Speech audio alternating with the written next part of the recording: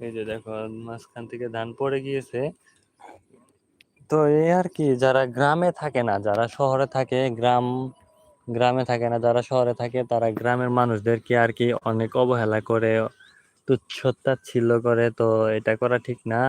আসলে অনেক কষ্ট করে আমরা মাঠে ফসল ফলাই, তো সেগুলোই আর কি বাজারজাত করে আপনাদের কাছে বিক্রি করি।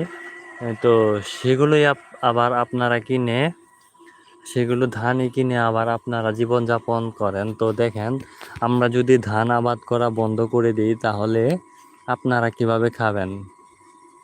আমরা যদি নিজের সামর্থ্য অনুযায়ী ধান আবাদ করি আর যদি বিক্রি না করি, আমাদের খাওয়ার জন্য যদি খালি আবাদ করি আর যদি বিক্রি না করি, তাহলে আপনারা কিভাবে বাঁচবেন? তো যারা শহরে থাকেন,